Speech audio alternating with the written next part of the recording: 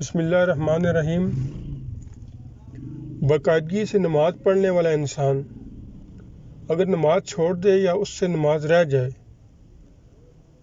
تو اس کی طبیعت بے چین ہو جاتی ہے، اسے سکون نہیں ملتا۔ اس سکون کو حاصل کرنے کے لیے اگر وہ کسی بہت خوبصورت پارک میں جائے تو وہاں بھی اسے سکون نہیں ملے گا۔ کسی بہت بڑے اور مہنگے گھر میں بھی اسے سکون نہیں ملے گا۔ کسی بہت مہنگی گاڑی میں بھی اسے سکون واپس نہیں ملے گا۔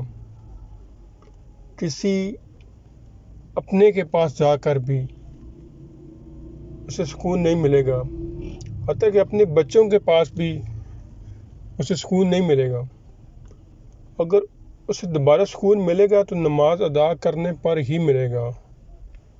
نماز ادا کرنے پر ہی اس کا مائنڈ فریش ہو جائے گا۔ یہ ایک نمازی کی حالت ہوتی ہے جو باقاعدہ نماز پڑھتا ہے۔